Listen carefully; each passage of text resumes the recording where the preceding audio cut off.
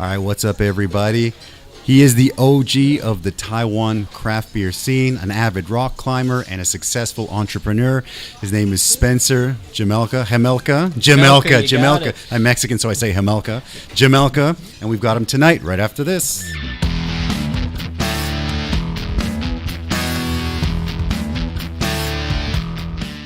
Okay. Oh, beautiful. All right.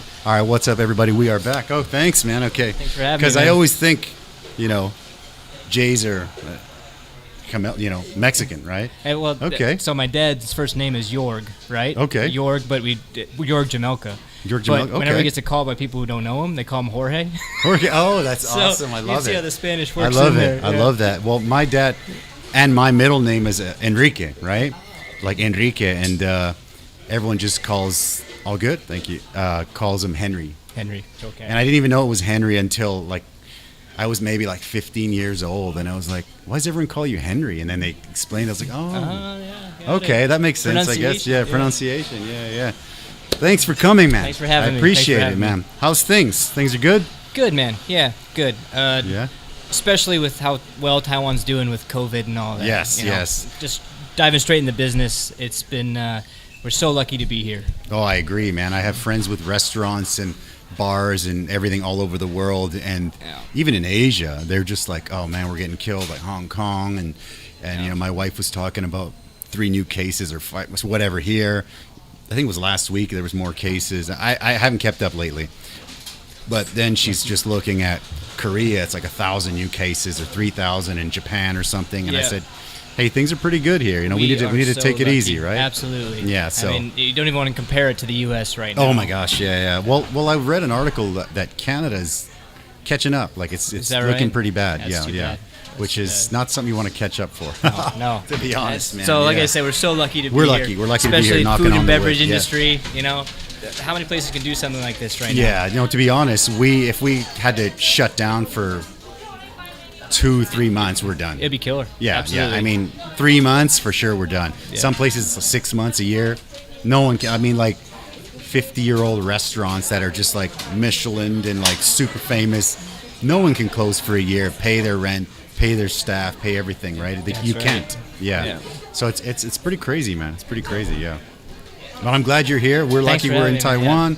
We love Taiwan. That's why we started this podcast, because we want to share stories of people doing cool stuff here. So, and that's you. So before we start, how do you do with spicy food, man? Not well. Not well. Perfect. At all. It's going to be interesting. I think you invited me to do one of the first of these. And I remember. You, I was like, Eddie, I don't do spice well. So I know. You got me back somehow. Okay, so I'm glad you came this time. Thanks. So you know what? This first round is just chilling. It's we're gonna start with just the buffalo wing. Just okay. The basic. Yeah. So you go drum or wing, whatever you want, and then we'll start it up. Just get stuck in there. Just get right in there, man. Yeah. Okay. I'll just go with the old Take wing. That. All right. Thanks. Good. Enjoy. Cheers. Yeah. Cheers, man. And we're enjoying a nice, lovely pint of Long Dong Lager. That is right. That's truly. the Long Dong in front of us. Well, that is nice. It's just a simple, basic, right? That's good for me. It's funny because we have so many sauces and so many hot sauces and non-spicy sauces, and the best seller is still buffalo wings, Well, yeah. This is right at my threshold already. All right. So people watching guys, can enjoy that. That's right, yeah. If you guys are watching on Facebook, jump on over to YouTube, because you guys need to watch the full episode on YouTube, right? And we're gonna sweat a little bit. See you guys there. If you're on YouTube, enjoy the show. No. This beer pint's gonna get greasy and slimy. Oh man, it's good though. Thanks, brother. I appreciate it. I gotta start with obviously the original reason you came to Taiwan. Obviously, you didn't come here X amount of years ago saying I'm gonna open a brewery. Did not. Did not, true. right? No. Yeah. So what was the reason that you came out? The original reason I came to Taiwan was on a Ministry of Education scholarship. Oh, smart guy. I went to school in Los Angeles, Occidental College, and my professor, who's a Taiwanese guy, he said, look, Taiwan gives a full ride scholarship for 3 years. Beautiful. 1 year of Mandarin study and 2 years of That's why your Mandarin is so degree. good. Wow. Okay. Could still improve definitely on the Mandarin side. I said okay. It was the financial crisis right when I was getting out of college. How long ago was that, man? That was 2008. Okay. So I graduated and then came out. I had already done about a year and a half, 2 years in China, so I understood what China was like. Okay. A lot of different. It was much different than Taiwan coming in. Okay. And I found that I loved it. Stuck around. Okay. Graduated from school after 3 years. Found a job, sitting behind a desk. What was the first job, man? Like, now I'm curious. All right. I didn't know that. Yeah, what was the first job? The very, very first job, I was an outdoor instructor. So that wasn't so much the desk part. It was all right. It was good. I did that for about a year. And then I managed a software company here for 2 years. Okay. And that's when I was like, all right, okay, so this is what sitting behind a desk feels like. That's got to be tough, yeah. Project management and all that. And it was then that I started a homebrew. Okay. And homebrewing, I fell in love with it. Okay. Invited one of my good friends at the time, who was also one of my rugby teammates. Okay. A guy named Doug. He's my business the partner, co-founder, 50-50 right? into 50-50 Redpoint. guy, yeah, right? yeah. And we just loved homebrewing. And from that, we're like, you know what? There's a market opportunity here. We think we can do this. We think we can make beer in Taiwan. And we started a company and went ahead with it. And now here we are. History, right? That was 2013. Okay. When we first started the beer business. So at that time, there was, I think, no craft beer. Or there was, or at least it was so niche you couldn't really find it. There were a couple doing it. Was there a couple out there? A couple out there, yeah. When Taiwan joined the WTO, and that was 2002, I believe. Okay. Until then, beer was still a monopoly in Taiwan. Sure, yeah. So there was no Taiwan beer, of course, yeah. private companies making beer yet. So that's not a lot of time for a market to grow. Okay, so the time we had gotten into it, it was still very fledgling. Not a lot of choices. I didn't really even know that there was anyone before you guys, to be honest. Yeah. There are a couple, for sure. Okay. But very cool. We started to bring some different things to it, right? Like we're Taiwan's first domestically brewed IPA, which is something we're always very proud of. Yeah, well, actually, that was the first one, right? Yeah, that was the Thai PA. That was the Thai PA. What's the story behind that? Play on words, man. Play on words. They're always good, it's too fun not to use that as a beer name. Yeah, for sure. And then, of course, came the Long Dong Lager. The Long Dong. That's probably the best play on words, I think. Yeah. What do you mean? It's it's funny. We had this. We're in Tianmu, so we have a lot of American customers and stuff, and I had a bunch of them, sitting at the bar drinking some beer, and one lady, she slaps a table and she screams, "I need a Long Dong!" And she screams it, and all the Americans were laughing, and everyone's like, everybody else that's not American, it's my go-to beer, man. Yeah. So it's good, it's nice, it's light, it's very easy to drink. It's one of our best sellers for sure. And so you were saying that you started homebrewing. Like, how would that even occur to you? Like, how did that come up? You're a big beer guy, or you thought, I want to play with something? Honestly, it was a friend who was doing it. Okay. And I'm like, what? You can make your own beer here? Like, that blows my mind still. Right? Yeah, for sure. And I was like, okay, you can get sets of ingredients, and I had to buy some different equipment. But in the beginning, it was hard because there's a lot of home brewing stuff that you need. I've heard there's kits, right? There's kits and stuff, but back then, no one was selling it. So you're talking about going to your local hardware store, like in Mandarin, trying to describe the pots and stuff that you need. Yeah. It's a lot easier now, but back then, finding stuff that you needed for cleaning, I just used a lot of boiling water back when I was starting to homebrew. Of course, because it was that or bleach, like that were your options. Yeah, that's a tough one. And it's a lot more developed now, but back when it was Wild West, even for the home brewing. Okay. Well, I've had some home brews from different people, and definitely there's a certain taste sometimes some homebrews have, right?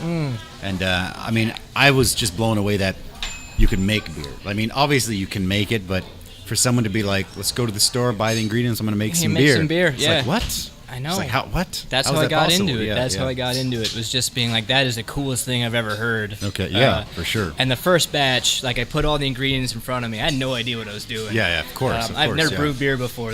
My first beer that I ever brewed was here in Taiwan. Oh, wow. And I was looking at it, I'm like, I don't know what to do with this. I almost took the yeast and threw it in boiling water instead of the hops. I was at that knowledge level. 50-50, So it was a lot of YouTubing. Sure, YouTube's crazy, man. It's crazy. Everything's on there. A lot of our base knowledge came from YouTube. From YouTube? Okay. Textbooks, probrewer.com, and asking other brewers. We're totally self-taught. Okay. I mean, how is like the brewing community? I mean, I know a lot of the guys. Is everybody pretty cool? Everybody's cool. Everybody's pretty cool. Yeah, yeah. I still think there's a lot of room for community growth. I think there's still like people feeling out where we're at. Especially when you look like where the U.S. is and the States. There's a lot more. Yeah, for sure. And I think we're getting there though. I think people realize we're all working together and we all have the same targets and goals. I think everybody brewing better beer is always a good plan, right? We've always said that rising tide raises all boats. So we're so happy with all the new companies that are popping up, all the new people who are interested in craft beer. Only thing is the market needs to follow it as well. That's right. Yeah. So, and that's what we see is the more breweries that there are, the more people are getting interested in, more going to try it. Yeah. So we think this is all great direction. I think there was a point a couple years ago where there was, I don't know if there was more breweries, but we were just talking about it. I had my fridge was just full of samples, and I had no idea where they were from. And what I like to do with my samples, I mean, I don't just sit there and drink free beers. I bring them with my customers that are gonna the guys that drink the beer, right? So we'll pour the samples, and a lot of times people like them and they're like, what's that? And sometimes the label fell off the bottle, and I was like, well, I'm not really sure. Where'd this come from? I'll ask my staff, and I'm like, does this have a business card or something? And they're just like, what? So I'm like, oh, that's too bad. And sometimes, the beer's off or something, and I'm like, okay, well, I'm not a pro, but that's off. That's off. Yeah. So, I mean, and then a lot of those ones, I think they disappeared, right? How many breweries do you think there are right now? Do you know? Yeah, I got asked that question a while ago. Okay. My off-the-cuff answer was like between 30 and 40. Holy, really? Yeah. Okay. But my understanding is there are actually more. Really? I think a decent number of them brew for their own restaurants. So you don't necessarily see them on the shelf. Okay. But it's for where we're at, right? Taiwan's population, the number of breweries, there's a lot of room for growth. Okay. Especially for how many people drink and how much they drink here. Yeah, sure, that's right. Only thing I'd say is it's not as much craft, right? Okay. Like, Our latest it's numbers a lot of lagers, say right? It's like 3% of the market, maybe, in Taiwan is drinking craft right now. Really, that low? And when we started, it was less than 1%. Less than So triple growth. So you guys were kind of like pioneers, right? I mean, you were saying there was people before, sure, but maybe they're at home brewing, for themselves or their restaurant or whatever. But you guys are the ones that came out and you started selling. You didn't have a restaurant or anything at the time. You were just like, let's come out and do it. Absolutely. And Eddie, you were one of the first guys who started putting craft beer into your store. Remember that? It. Yeah. Anchor Steam and Dead Guy. And yes, all Anchor that. Steam and Dead Guy. Yeah, right at the beginning for sure. And that's what you could find in the early days, right? And you supported us early on too. I always tell people, you guys really give me a really good price, and that's why we pretty much always have Redpoint on tap. We try and be with our beer. We try being very reasonable because it's beer, right? It's meant to be drank. You're supposed to drink a lot of it. It's supposed to be fun. That's always been our approach to it. So we try and go with the pints. I mean, we were saying before. There was one time there was a really heavy beer we had on tap. I think it was a Jim and Dad's Bourbon Imperial Stout or something.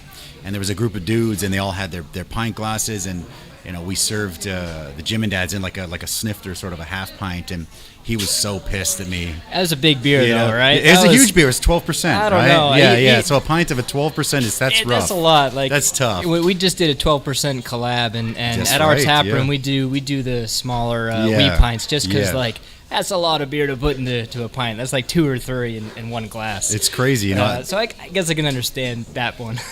For sure. So we did that, and then we had this guy comes and he's like, well, I ordered a beer and I got this little thing. And I'm like, come on, dude. And he kept going off on it. I'm like, you know what? And I was just saying I took it. I'm like, I'll take that. And I poured a full pint. I'm like, here you go. That's on me. Enjoy. Wow. And then it was like, done. And I thought to myself, I can't do the half pints. So we got your beer on tap, and actually it's delicious, man. Thanks, man. Belgian's strong. So you're doing a collab with Formosa, Yeah, collab with Formosa. We tried to do as many collabs as possible with the local breweries. Why the collabs? Here. Yeah. It's just a really good experience to get breweries together like that. Okay. And collabs are fun. Sure, because everyone has their own knowledge that they bring to the table. We all know that everyone can brew great beers. What can we do together? Yeah. So the process of collab is just someone tosses out an idea, and the other person's like, yeah, that sounds awesome. Let's do it. Yeah, okay. And that's how we've done all of our collabs. We've done one with Taihu Samai 23, Formosa. We did one with Behemoth out of New Zealand. Okay. Did one with Red Racer in Vancouver. What? Vancouver? Yeah. Oh, that's cool. Okay. My partner flew out to the UK to do one with Adnams. That's right. I saw that. Yeah. There was one more. The name is Shepherd Neame. Okay. Oh, wow. Which is, okay. I think, the oldest brewery in the UK. Okay. So we had a chance to, give some. That's pretty cool. Yeah. Taiwan craft to. So I think it was Mark Popple, a friend of mine, was out there and he was taking some pictures of that, and I was like, "What? Logo? That's crazy!" It's over in the UK, 1,000 bars pouring the collab that we made. That's crazy. Their market's way different than Taiwan. Oh, a lot more beer drinkers over there. Oh, for sure. Yeah, I would imagine. Craft beer drinkers. I should say. Yeah. There's more craft. Yeah. Yeah. Okay. I would think there would be a lot of the traditional sort of guys out, but I mean, there's just more people drinking beer, I guess, right? Taiwanese consume a lot of beer. They do. Okay, really? Yeah, okay. It's just, it's not in the same way that we tend to think of craft beer consumption, right? I remember my first time out, we were doing the Taiwan beers with the little glasses, the little shot glasses. Right. And, they opened up the bottle, I think they opened 2 or something. And little glasses, and I just arrived, and I just grabbed the bottle. Grabbed it and just and I grabbed the bottle, and I was just kind of like, and everyone's looking at me like, "What are you doing?" And I'm like, "Drinking beer." And then they told me about that, and I thought, so it's a different way, right? And they drink a lot. Don't get me wrong. Yeah. It's just the idea of going out for a pint isn't as much a thing. That being said, you're getting more and more. Especially Taiwanese who go abroad and they experience that and they're like, oh, okay. Like people just after work or whatever will go and get a pint. Yeah. Rather than going to the Rilitao or Kwai and just having a lot of the little. Yep. I agree. So it's just a matter of time and some more cultural experiences on both sides. But it's great. It's great to be a part of that. Yeah. I think we try to be like a bridge, because for us, we get a lot of, like, our customer base, there's a lot of expat. You guys, I'm sure it's the same, right? But we also have, like you were saying, Taiwanese that maybe they went to California for school or and they're missing some tacos and some beers and stuff like that. And we try to bridge that. And we also get locals that have never had Mexican. They didn't even know there was craft beer here. Sure.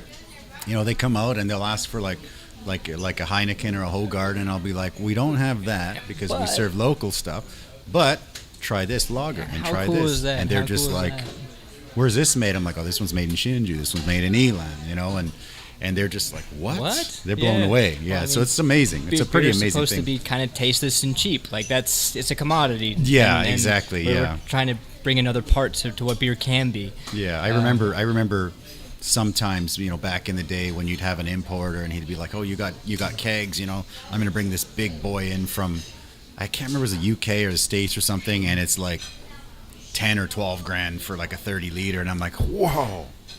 And they're like, yeah, just charge like 400 a pint. 12,000. Yeah, and I'm like, they're like, well, just charge like 400. I'm like, no one's gonna buy that. And then they get mad at me. They're like, what? I'm like, hey, I'm sorry, man. We're trying not to go.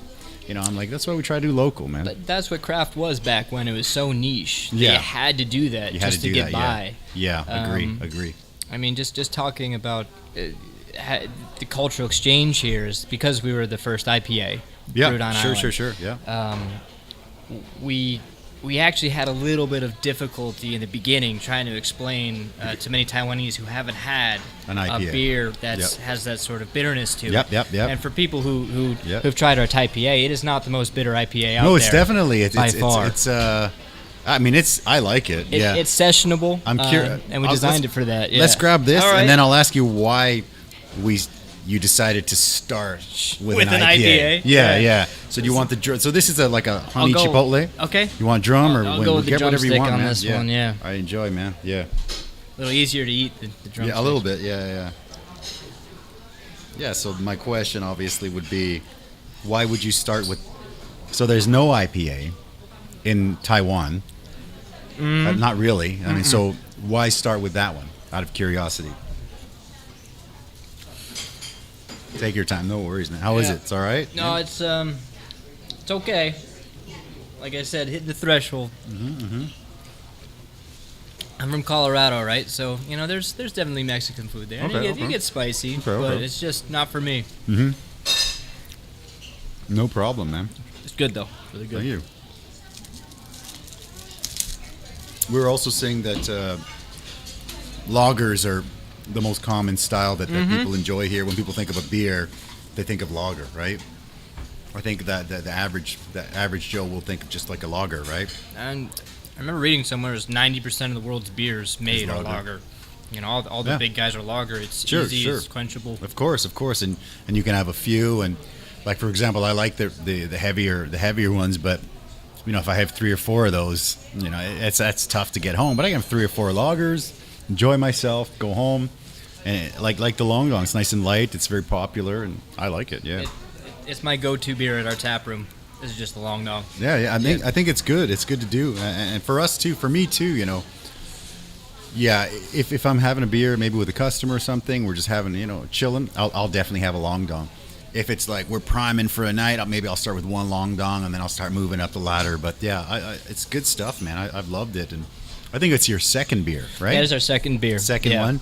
So back to the question of starting with an IPA. Sure. And we just wanted to do something different. And we're like, you know what? Everyone's doing lagers. Let's try it. And if it didn't work out, we probably would have packed up shop and been like, all right, well, that didn't work out. Because you're talking about, for the first year, we did contract brewing. So we brought our recipe that we developed over a lot of home brewing and said, this is what we want to do. It's a funny story because when our contract brewer looked at our recipe, he thought we had missed a decimal place. He thought we were adding 10 times more hops than what you're supposed to do. Okay. And he made us sign like a document being like, if this comes out, if this is horrible, you're still paying for it. Yeah. Yeah, exactly. So maybe for people that don't know what contract brewing is, that is, maybe you can explain it better. Sure. It's where you give a brewery, if you don't have a facility yourself yet. Okay. It's where you just give a contract brewer or someone who already has a brewery your recipe, and then they help you make it. Okay. And so that itself was a big risk for us too. Yeah, of course. And we did that for a year. It must be hard to just give a recipe away, right? And just is that the hard part for you, or what was hard about it? Recipe is a portion of making a beer. I definitely understand with food. People are like, oh, you just guard your recipes, but it's not the main thing. No, right? There's so many recipes online of beers that will be good. Okay. It's recipes apart, but process is probably the most important. Not probably, it is the most important. Okay. I also hear when making beer, cleanliness is the most, second, or if not the most important. Yeah. Glorified janitors. That's what we are. Okay. Glorified. 80% of making beer is cleaning. Okay. And that's not exaggeration. Okay. Yeah. I've definitely had some beer from different breweries that I think maybe wasn't cleaned right, and you can get that. You know, first sip, you're just like, whoa. I remember. Also, there's a few bars. I mean, we won't mention any names, but there was a few bars when I went out and I had a locally brewed beer, you know, which I actually had on tap here and in bottles, and we're having it here. And a couple of my friends are like, let's go to the next place. You go to the next place. Oh, they've got the same beer. Let's keep drinking that beer. And you go there, get the same thing, same batch, same everything, and you take I'm like, have a little sniff of that, and I'm just kind of like, I like a wine almost with beer, right? The beer. And I'm just kind of like smelling it, and then I'm like, smell that, have a little sip before we really dive in. And I'm like, what does it smell like? And I'm thinking like floral. No, I didn't smell that one, their batch. And he's like, it smells like fart. Oh yeah. And I was like, what? He says, yeah. So I'm like, I smelled it. I'm like, oh my god, you're right. I'm like, oh, it's okay. Let's just drink. So we're drinking it, and I drank probably that much. And my guy was like, I can't drink this. Can't do it anymore. And I'm like, I can't do it. And so I went over to the bartender. And I'm like, sorry, man, I think the beer's off. And they look around, and the place was busy, and there was a lot of people drinking that beer. They were super drunk already, so they probably didn't notice because they were drunk, right? They're just like, and they're like, well, everybody else is drinking it, and they're not complaining. And I'm like, okay, can you just pour us, a new one? So he pours us a new one, same thing. Yeah, sure. I'm like, okay, same keg, right? They're like, yes, okay. Can I just get the bottle, and then so I was like, and then I'm curious, so I go around, I pop my head around the bar, and I see that the keg is outside. It's not, it goes through the chiller or whatever. And I thought, okay, because when we started, we were recommended just have the beer cold all the time. Oh, yeah. Don't let it get warm ever. I'm like, Yeah. yeah, okay, that makes sense. And then, so I realized why after that. It was crazy. It's crazy, man. I mean, just listening to that story, there's so many different things that pop up. Yeah, to I'm me, sure. right? I'm sure. Yeah. So I mean, we call it downstream is where your contamination might happen, like where in your process is being entered. Yeah. And if you say it smells like farts, that could be sulfur. That's awful. It could be sulfur, and then there's an issue with the brewing process itself. Okay. And something interesting about sulfur is I have a very difficult time sensing sulfur, my particular palate. Luckily, my partner is very attuned to sulfur. He's good at that. Okay. So that's why we often taste things, both of us, to make sure that we have a full range of not just us. It's good to have 5 or 6 people if you can. Okay, yeah, sure, of course. The more the better. Because it's genetic. It's how our palates have developed over time. Of course, yeah. I'll pull up a picture right here. Sure. Check it out. Oh, yeah, there you go. There you go. There you guys, right? Yeah. On the Anscham cruise. Yeah, what was this? What's the story behind this? When you and your partner Doug, Yeah, Australia Chamber of Commerce had a cruise, and we sponsored some beer. Is it like out of Guangzhou kind of deal? Yeah, was it that cruise ship thing? Danshui, and it came out. Is that Guangzou up there? Guangzou, Danshui, same thing. Yeah, it does. Great fun. Okay. Was that one of the first time you guys had done something like that, or? Yeah. I mean, those were early days, right there. Yeah, the early days. Yeah. We're just trying to get a name out. Sure. No, it's tough building the name, building the brand. Hold on. Speaking of that, just give me a second. Ah, thank you. There you go. No problem. Yeah. Yeah. It's definitely tough. It's definitely tough. So hard. Yeah. Yeah. I think. That's what this thing does. I was going to give you a demo. I'll put up. Yeah, we got we got another camera there. Nice. Got another camera there. I got the main camera there. yeah. So this is where my beer setup. money goes. My beer money goes here. Yeah. So I'm trying to build something cool out of this, and so far it's going pretty good. Yeah, pretty good. Yeah, so I cut you off anyways when you were talking about... it's all right, because you mentioned that the beer could have been stored outside. For sulfur, that's probably less likely that it would create that taste. Okay. If it's sitting outside, most likely it's going to age quickly, so that it might taste a bit cardboardy. If things aren't stored warm, oxygen has more of a chance to interfere with the taste of the beer. And on the packaging side, as a brewer, we try and make sure that we have as little oxygen pickup as possible. So regardless if it's sitting warm or cold. That's like food, right? Yeah, that's normal. Yeah. Okay. And no matter what, beer is going to change taste over time. Okay. That's a guarantee. It's just if you keep it colder, it will continue. It will have its freshness. It's like food. Yeah, it slows it down. Like a soup. Yeah, exactly. So refrigeration is something that we had a struggle with in the beginning. Because a lot of bars were used to putting a beer just behind a bar on the floor and doing it through a flash chiller. Yeah. And if you sell it fast enough, it's not ideal, it's okay. but you'll make it. Yeah. But if it's sitting there in 30, 40 degrees Celsius temperature behind a bar next to something, your beer's going to start tasting different.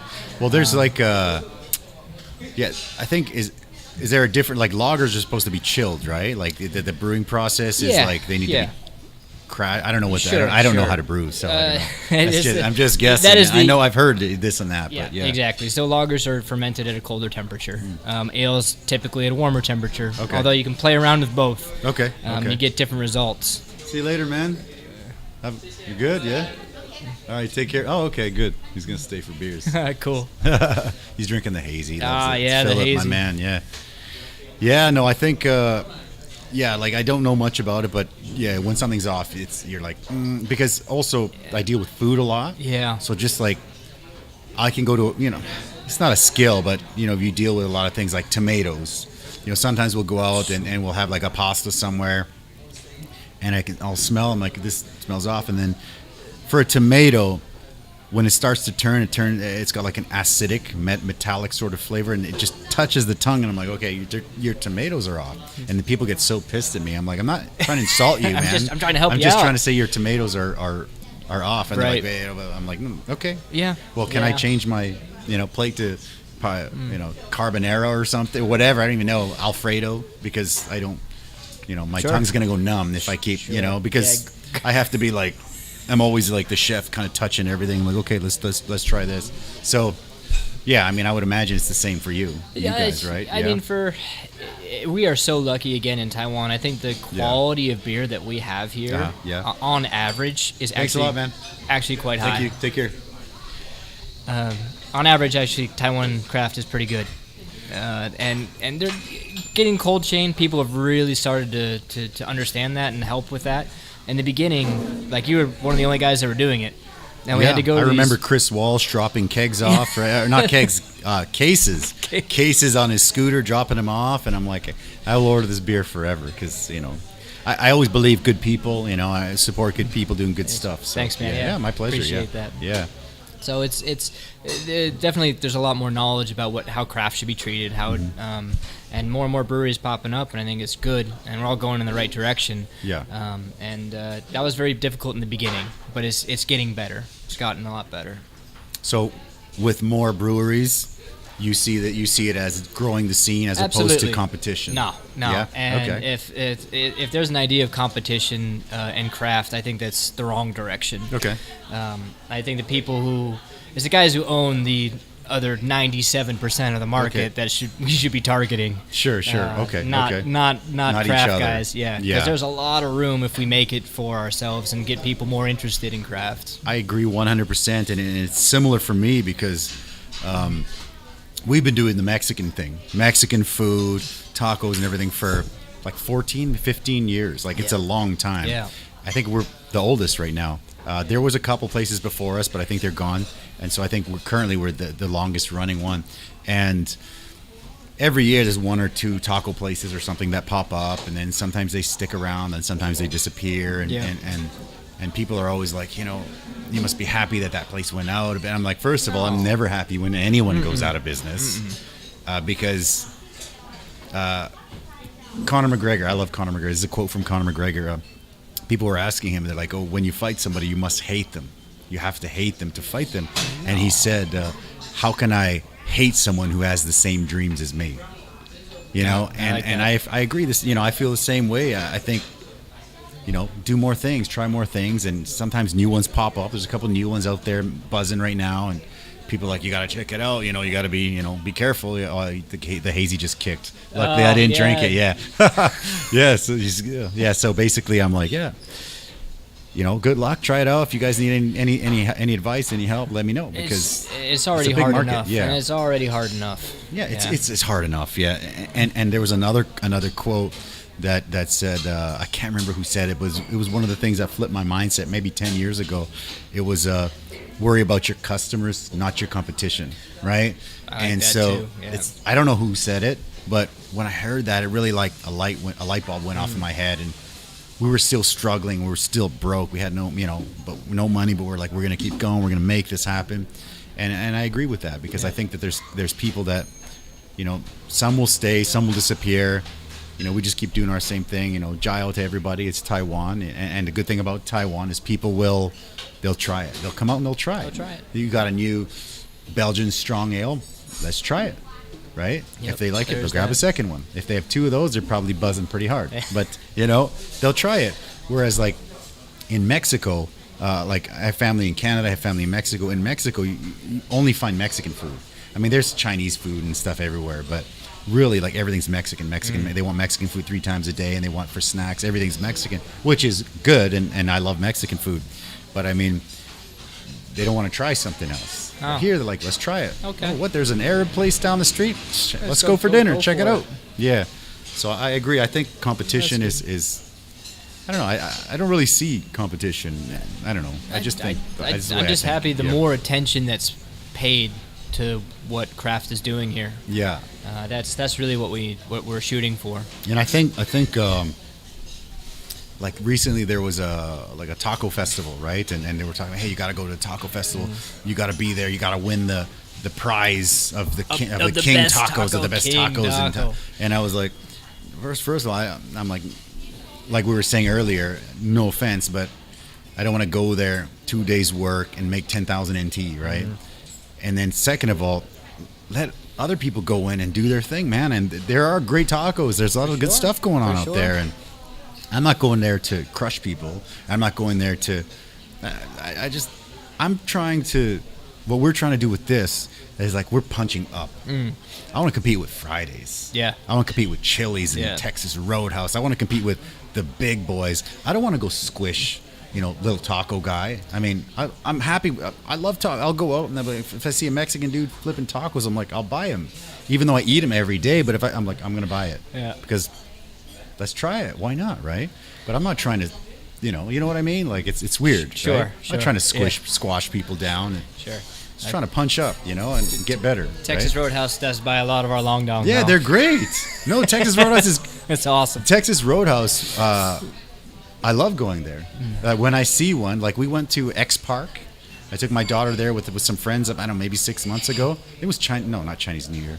It was one break. Maybe it was summer. We went to this mall in Taoyuan. I think it was Taoyuan. It was packed. We didn't know what was going on. Yep. We're looking around, and Texas Roadhouse. It's great. I love Texas Roadhouse. Right. It's delicious. The steak is good. The ribs are good. I'm like, this is great. I said, this is fantastic.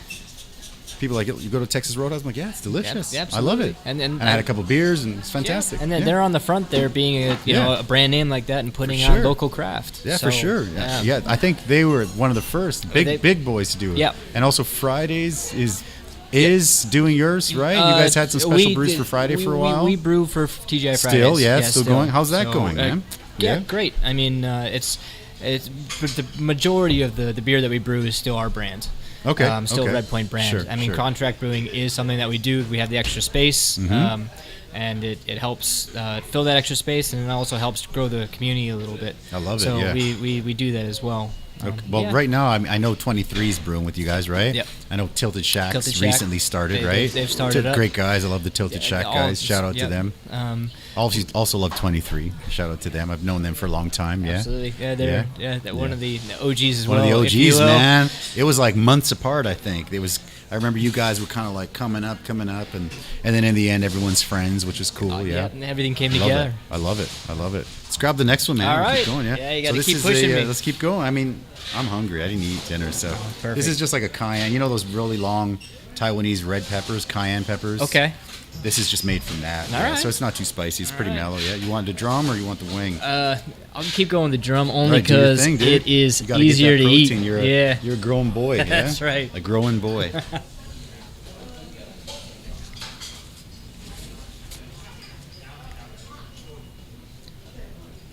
So one of the things I wanted to ask was, where does the name come from? That's probably a question you get asked all the time. So you're an avid rock climber, right?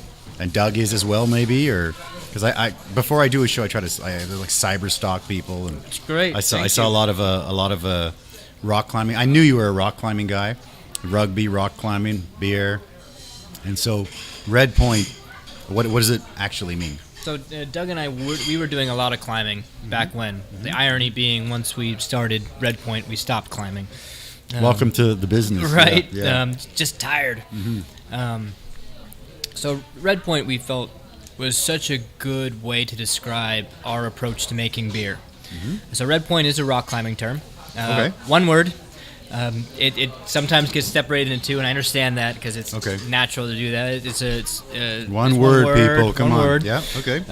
And it means in rock climbing you do what's called a route, and on a rock face or a rock wall, there are a lot of different ways to get to the top. Okay. And whatever route you're doing, maybe you don't do it right the first time. Maybe you don't get there. Okay. Or you make a mistake. So you need to try it again. Maybe you don't get it that time. And you keep trying until you do it perfectly. Okay. When you do it perfectly, that's called, you got a red point. Okay. So when you nail it, you nail it after lots of practice. It's practice makes perfect, or success through perseverance. They're the two way we look at it. And beer's the same way. You just got to keep plugging away until you get it right. I think life is the same way, man. I mean, food, everything. I mean, the first few burritos we were making, testing out, they were not very good. And I thought, my gosh, what happens when you're at home cooking with your friends? That's one thing, but when you're like, okay, I've got this product that I need to sell to people, it's very different. It is very different. Beer's the same, I guess, Beer's the same way. And so for us, once we get it and we're happy with it, we try and do it the same way every time. Yeah, just make it consistent. Sure. And if people like it, do it that way. And if you feel like you like it, just keep doing it. Do you have a story of maybe your first Your first batch of beer? So my first IPA, right? I guess my first homebrew batch. Okay. I said, if this does not come out and this isn't good, I'm never doing this again. Okay. There's like 6 hours for that's like a big fork in your road. 20 liters of beer. And I was like, oh man, it was so hard. So much work. It's so much work. Yeah. And if I did it wrong, I think I'm done. Yeah. But it came out good right. on your first try. It came out drinkable. Okay. And, that's all you can ask for on the first try, right? With cleanliness being so important, you don't know if you did it right. Okay. Yeah. Of course. And first time you're like, oh man, like, did I get that wrong? Is that dirty? Is that gonna make it taste sour? And there's a lot of fretting over it. Of course, and it's stressful, right? Yeah. And I think people have different palates, right? Like sometimes someone will pour like a hazy, right? And then it's funny, the hazy just sold out. So anyways, I need to order more hazy for tomorrow. Yeah. And they'll say, oh, it's got like the citrusy notes. Oh, it's got this. Oh, it's got that. And I'll be like, it doesn't taste like that to me at all. But hey, you like it? Well, like Let's I keep said, going, right? Everybody's It's crazy, palate's different. Agree. And I mean, there's a lot of data and research that shows like some people are extremely sensitive to hops in a way that an IPA just kills their palate and they don't like it. Okay. Fine. That's why we make so many different types of beer. If you want something that's a little bit lighter, go for it. If you want a stout, we got that too. Do you have a style that sells the best? Oh yeah, our Long Dong just crushes. It just crushes, okay. like compared to the other. Really? And I mean, because you hang around beer people all the time and of course, beer geeks, if you will, and everyone's all about the double IPAs and this hazy and that or whatever. And it's like at the end of the day, we don't make a lot of that. Okay. Liter wise, like it's our Long Dong that keeps the lights on, and then our IPA. It's funny because I was having this conversation a while ago with Jim from Jim and Dad's, and he was saying that Summer Mosaic sells well, sure, which it sells well here. We love it, and also he's got this black tea wheat beer that is just flying. Cool. He says it flies at his brewery in Elan, and so they ran out of double IPA, and I said, all right, send me a keg. And one keg came out, and we had a few Taiwanese parties, blasted through a keg, and I'm like, okay, send me another keg. And the other keg was on tap, is on tap.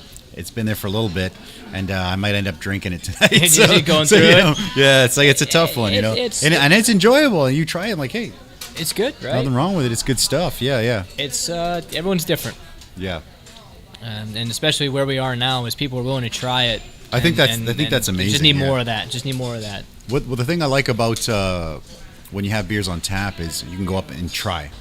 Like I like dark beers, and I remember when I went to one of the first tap rooms I went to, I went up, I talked to the guy, and he's like, "What do you like?" I said, "I like dark beers," and I'm excited because you got 15 taps or whatever, and you got 2 or 3 dark beers on tap, which makes me excited because I like dark beers. And then he recommended a dark beer, and I said, "All right, I'll have it." And he came over to the table, put it on my table, and it was a can, and I was like, oh my gosh, not that there's anything wrong with cans are fine, but I went to this tap room and I'm like, I'll have a dark beer on tap, which is rare because it's a tough sell sometimes, and I had a can and I was bumming pretty hard. I mean, it was delicious, but I was like, oh, you're killing me, man. Yeah, cans, man, cans are good. Cans are definitely good. Cans are definitely good. Yeah. And it is a little bit of thing where people always like draft beer, right? But it also depends on how the keg's been treated. It's true. Sometimes a bottle or a can is going to be more fresh than the draft version. You just never know. Yeah.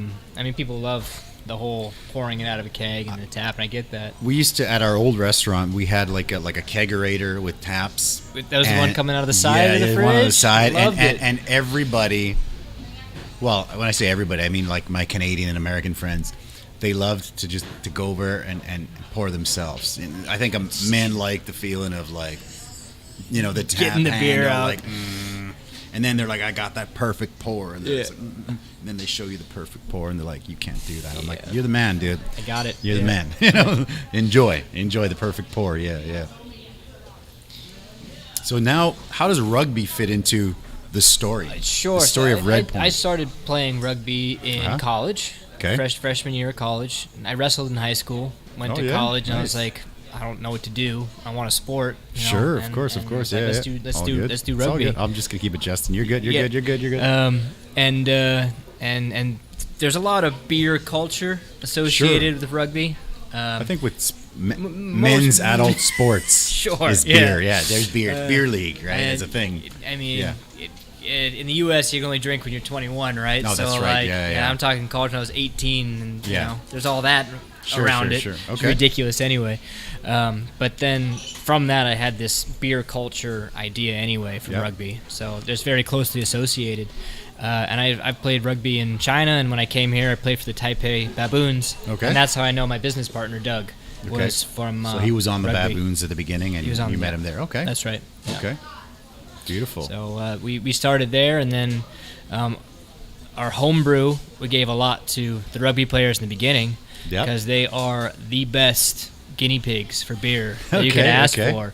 They're not going to beat around the bush. They're going to tell you if it's good or bad. Okay. They're still going to drink it all. Or still going to drink it, sure. Which is the whole point. This is shit, but I'm drinking it anyway. Got it's it. free You're like, beer, okay, got it. Okay. At least we don't have to dump it. You're still going to drink it. Yeah, for sure, and so we were really able to build from there. Okay.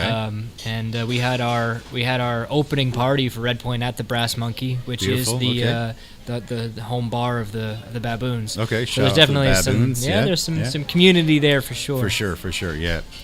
So now you almost come like full circle, right? Because you're now sponsoring. I've seen you sponsoring definitely rugby, right? It looked like you're sponsoring some soccer, some Gaelic football, right? With Chris, right? Yeah, Chris Walsh, yeah. So we've done some ultimate frisbee, Gaelic football, some soccer teams. Okay. The Badgers for a while out of On Tap. Okay. The Taipei Baboons, obviously. The Baboons, which is the female side of the women's side of Oh, wow, rugby. that's cool. Okay, I didn't know that. And a lot of that's just... Shoot, hold up. I think I got a picture of that. Yeah? Where are we? Sorry. That's all good. And going. a lot of that's just giving back. There you are. Yeah. There you go. Yeah. That was Macau beach rugby. Macau beach rugby. The Baboons won that tournament. They won that? Yeah. I coached. You were coaching? I was coaching. Tough job. Back when, yeah. Tough job. Yeah. Okay. Awesome athletes. And to be a part of. And beach rugby is hard. It's got. I mean, I never played it, but beach soccer is, it takes it out of you. Stuff. It burns. Yeah. So got another one up here as well. Yeah, there they are. Out. Yeah. That was with the new kit. That's a nice kit, man. It's really nice. Yeah. So very cool. Same team, new kit. No. That was the fifth, because the beach rugby, I think it was 5-on-5, and this was either the 7s or the 15s. Okay. But yeah, and this is for us. It's all about giving back to the communities that gave so much to us. That's amazing. Yeah, I love it, dude. I love that stuff.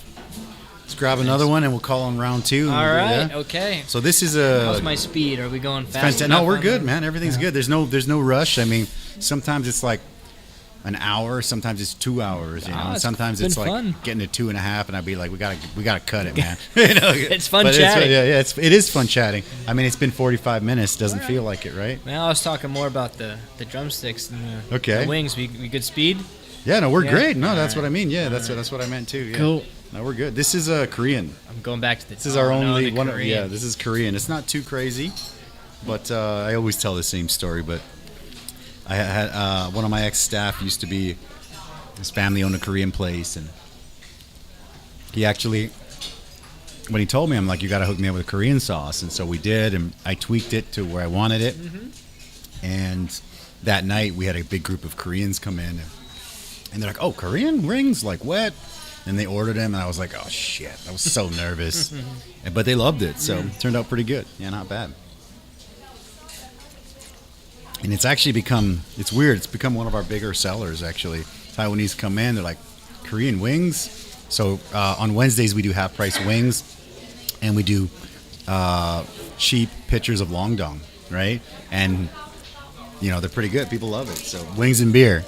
What else do you need, right? What else do you need? Yeah. Tastes like kimchi to me. There you go, right?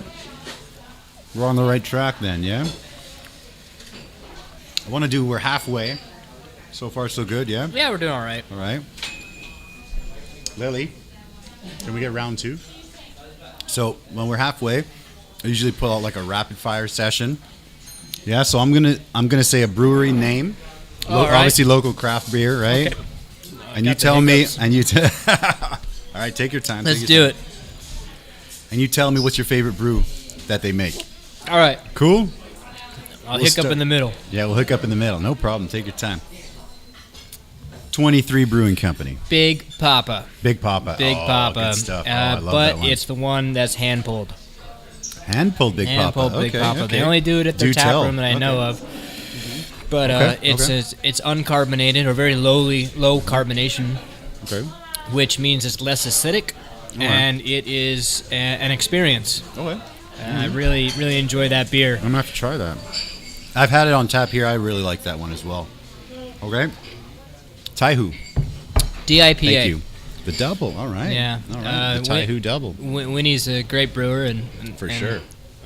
Really like hanging out with her. And I think they're double. Yeah, I had it a while ago. I don't get out much these days. Oh man, you're preaching to the choir, my man. Right. Yeah, you get beers delivered here. That's true. You know, people are like, sometimes we go out, and they're like, now if I'm gonna go out, I'll go to like down the street to Wolfpack, or we'll go over to like the furthest I get. I'm sorry, is like Raoul's. We'll go to Crafted, and I understand. People are like, we're going to blah blah blah. I'm like, is it past Crafted?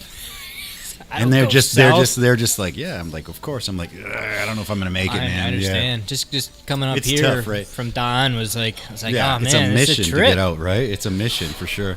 All right, what about 55th Street? His Session IPA, I really liked. I don't know if he makes it anymore. Oh, we just had a keg run out recently. Yeah, it's delicious for sure. I love that. Yeah, I think the bottle was when he had them in bottles. It was like a brick sort of a label, right? That was a cool one. Yeah, that was it. Shout out to Jack. He and I just went rock climbing over the week. I saw that. I think, so everyone's, pretty tight. I think it's good. Yeah, Jack's a phenomenal dude, man. I love Jack, I've got a story about that later. But what about Roland Block Brewing? So Roland, I actually haven't seen him around lately. I haven't seen him in a while either. Yeah. I had a busy guy. Imperial. I think it was a stout. It was a like black a Russian beer. Imperial stout. It could have been over at one of Mark's old bars. Okay. It was Beer Geek. It was a Beer Geek. Beer Geek, right. Yeah. Okay. And I remember having that beer. I'd be like, this is really nice. Yeah, his stout's nice. Yeah, it's Russian. It's got this Russian Imperial stout. It's really nice. Yeah. I enjoyed that one. All right. Jim and Dad's. Mosaic. Summer Mosaic. Yeah, it's the king of Jim's beers. Made a name for itself. Yeah. The Summer Mosaic, now available all year due to popular demand. As it should be. As it should be, right? Yeah. It was funny because Jim was doing this red ale at Chinese New Year, and it was so like hotcakes here, and I loved it. And then I'm like, hey, send me another red. He's like, nah, we're only going to do it at Chinese New Year. I'm like, what? That's selling. What are you talking about? Yeah. So now that was at the beginning. He's like, nah. Now I know. He's like, Jim's on it, man. I'm gonna cut in there for a second because we get that a lot. And it's like, oh man, you made a beer. You gotta make it again. Yeah. That's tough. You really gotta because then what happens is you have this like beer creep. Oh, for sure. You have to make like more and more different types of beers. Yeah. And the thing is, when something happens and does really well once, it does not guarantee it'll happen again. Because some people drink just for the novelty, and then when it's done, it's done. So it's a really hard balancing act. What about like these? Yeah, like these guys, right? The collabs and these are. I mean, like that. Those are not. I mean, the Dark Age is on right now. It's delicious. The other one was a Jack collab, the right? Cerveceros with 55th. Cerveceros, yeah. We sold it. We loved it. Yeah, that was a good one. Is that one still around? It's not still around. No, that's long gone. Yeah. So many of these is one and done. Yeah, you got it. You got to, man, for sure. All right, who else? Who's next? Who's next? Let me get this back on here. Tilted Shack. Juicy Tango. The Juicy Tango. That sells very well here as well. Yeah, the Juicy Tango. It's just a classic. Shout out to Tilted Shack boys. Yeah. Those guys making a name for themselves. Quick too, it seems like. Yeah. Yep. I went out to the Shack and had some pizzas last week during Chinese New Year because I haven't left. It's the first time I've been to Xindian. Dude, that's Xindian. You know how far south that is from here? Man, you know what? It's funny because we went out to Xindian. Like they invited us. They're like, hey, you got a week off. Come out to Xindian, have a couple beers, and have some pizza. And we didn't go to Miaoli this Chinese New Year because everyone's like, we don't want to go on the train and COVID and blah blah blah. So we went on the train to Xindian, and yeah, don't tell my in-laws, but that's okay. So we went out, and it's far. We got there. And we're like, okay, it's far. And they're like, have you get out to Xindian much? And I said, I came to Xindian my 3rd year in Taiwan. I've been here almost 20 years. So that was the last time I'd been out to Xindian. And it's far, but it's not that far to not go for 15 years, So it's like, oh my gosh. How many years has it been since I've been to Tianmu? Yeah, we were counting it. It's been like 3 years. It's been a few years, man. Yeah, for sure. Xindian, that's where I went to school, so I'm familiar with that part. Okay, nice. Yeah. What about Hardcore Brewery? They're just there's pale ale. They're American pale ale. They're one of the OGs as well. Yeah. Shout out to the Hardcore. Yeah, they were around they've been around for a while. Been a long time. Yeah. And still with it, still in the game, still just well. Making the good beers. Fantastic. What about Sambar? Sambar, again, his American Pale Ale is a classic. That one sells well. I was there because he's contract brewing as well. Okay. I was there when he made his first beer because he was making it at the same place. Mm-hmm. And it's just cool to he's still around, right? And he's still like... Shout out to them, man. They always give me a good deal as well. Ting Ting, man, good dude. It was funny because, maybe I shouldn't say, but his girlfriend at the time, I think they're broken up now. She came to our restaurant way back when they just started, and she was working for Easy Table, right? And she's like, I'm working for Easy Table, and I'm sitting there. She's telling me the whole thing about Easy Table, and her boyfriend. She's talking, her boyfriend or something. He comes in, and they're talking about beer, and I'm like, beer? What? I don't care about Easy Table. I like beer. What are you talking about? They're like, yeah, we just started to brew our own beer. I'm like, are you brewing local? All right, give me a case. And they're just like, yeah, but we haven't bottled yet. I'm like, send me 2 cases when it's ready. And they're just like, that's cool. Wow, okay. Cool. And since then they give us a good price and they're good people. Are you guys interested in the Easy Table? I'm like, no. But I'll buy your beer. So send me the beer. Yeah. So Sambar. What about Formosa? Cyril and I had a big drinking session about before our collab. That's when we decided to do the collab. Okay. And he brought a selection of because his thing is like all the big ABV beers. Like that's his go-to. Okay. And the brewery Big works with Kettle beers. and he's really famous in Europe. Okay. So he put all the selection on. And about the 3rd beer in, which means about 9 real regular beers because they're so big. Yeah. But his Imperial Pilsner, I really enjoyed. That sounds great. Because it was a high ABV, but the booziness was pretty much undetectable. I was like, this is a really nice dangerous. beer. Yeah. Well, that sounds delicious. Okay, I'll have to try that. I haven't tried that one. Yeah. Taiwan Head. Anything that they do with the tea beers is always classic. Yeah. They know what they're doing on the tea beers. They've won some awards or something with the tea stuff, sure right? Did. Yeah. And they have their whole selection. But I've tried out quite a number of them, and they're all really solid because they know what they're doing with the tea. Yeah. And Taiwan's known for tea. And I think that would work well here. I think it would work well in Taiwan. I would imagine Absolutely. So. I would imagine so. What about Ugly Half? Ugly Half, they're Saison. Which recently won an award as well. Okay, beautiful. And I just had dinner with Tom like 2 or 3 nights ago. Everyone knows everyone. Everyone loves everyone. That's beautiful. I love that. I'm pretty close with a lot of the Mexican restaurant owners as well, and everyone's just like, hey, what's up? And you're like, yeah, it's cool.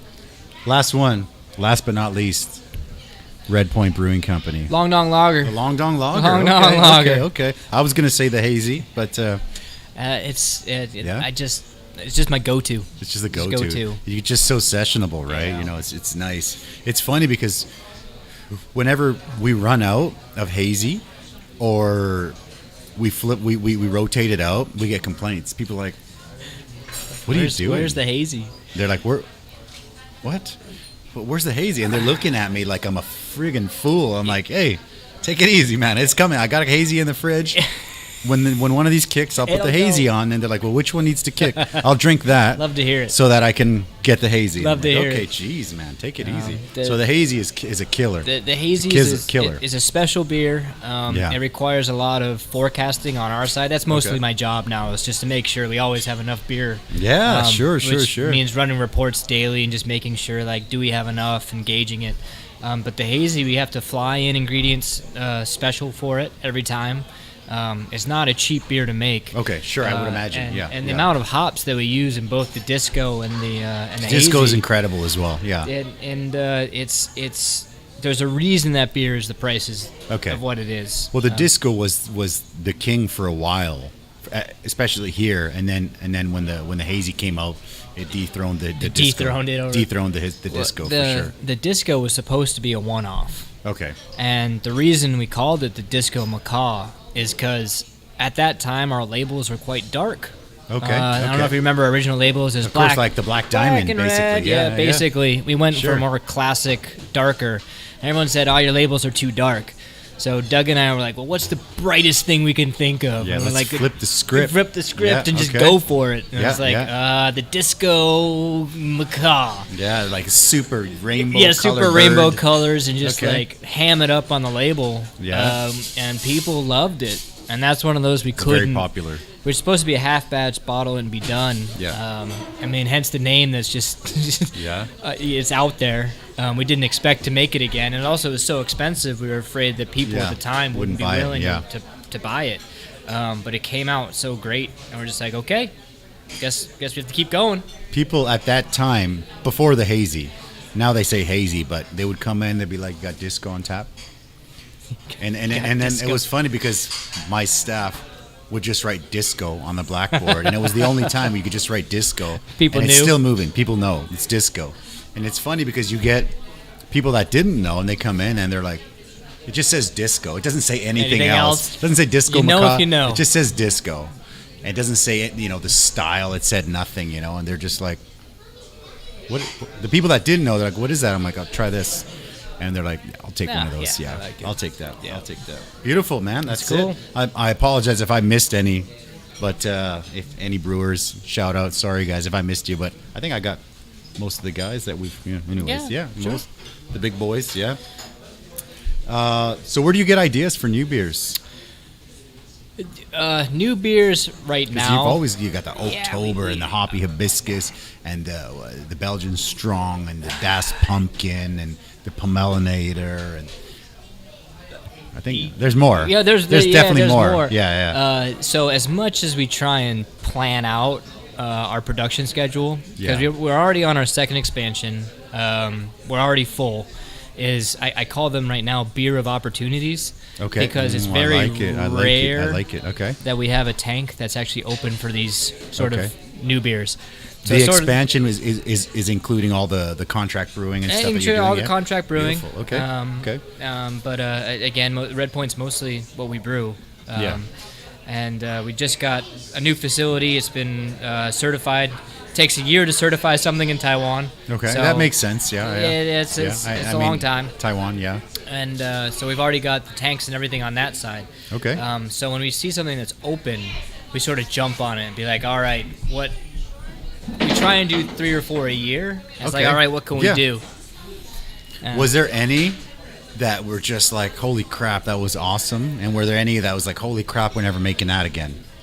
We've never had we're never going to make that again beer. Okay. I think we understand the process well enough and all that. We're going to make beers that are going to be at least, okay. Okay, no, for sure, yeah. I'm just out of curiosity. And, we did the pumpkin here for a while, and then in October it's just like hotcakes, and then November 1st I'm like, what happened? No one wants pumpkin? It's crazy. Here. We've retired the pumpkin. You've retired the pumpkin. It's done. Okay. It Pumpkin's was done. just Okay. too hard of a slog because cinnamon. Delicious. I enjoyed it. Cinnamon, pumpkin. Oh, dude, expats who like pumpkin like it. People talk about pumpkin spice lattes. I'm like, have this. We have this one, and that's what we went for. But cinnamon is a Chinese medicine.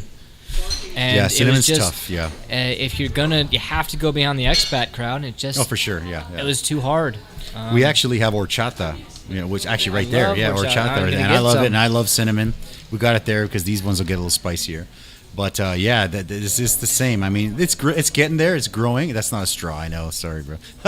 we get that. We get that every single time, man. Yeah.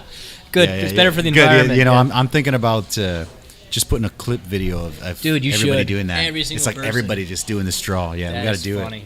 But horchata. Yeah, we in the beginning no one would touch it, but now it's getting there. Slow. It's a slow steady race, I guess. Horchata. I always love horchata. Yeah, me too. Always. Me too. I grew up drinking it, but you know, it is what it is, right? Need another beer? You're still good? Oh yeah, I'm moving slow.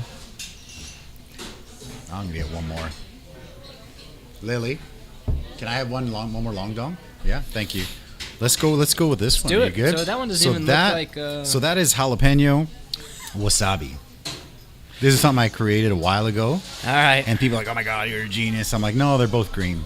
So, yeah. So yeah, I mean, give it a shot. It doesn't even look like there's a sauce on there. Yeah, It's like well, in the. Maybe, yeah. Well, you want the wing? I'm gonna go for the wing Okay, this time. all right, get on there, bro. Hey. We gotta go. Okay, no problem. I thought she went to pick her up. Oh, my bad, man. All right, man. Thanks a lot. Okay, all right. Thanks, man. Thanks, brother. See ya.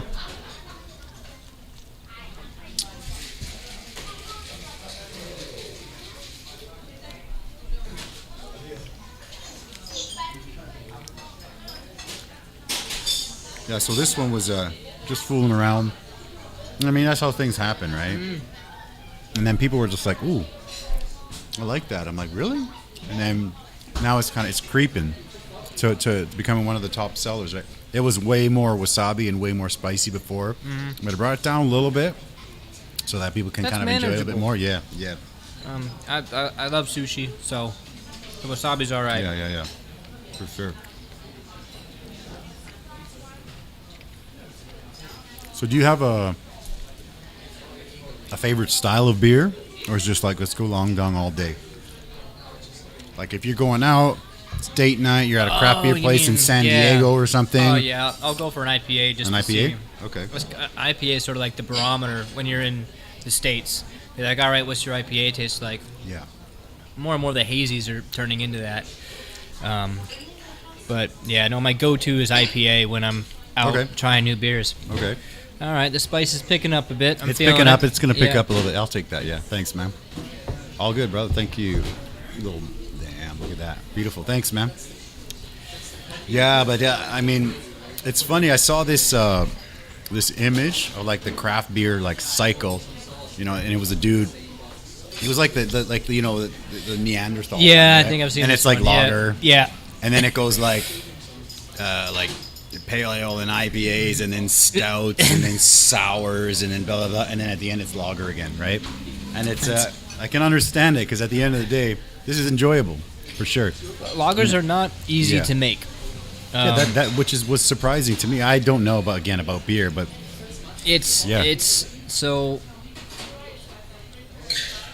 There are a couple of things you have to pay attention to with a lager. Okay.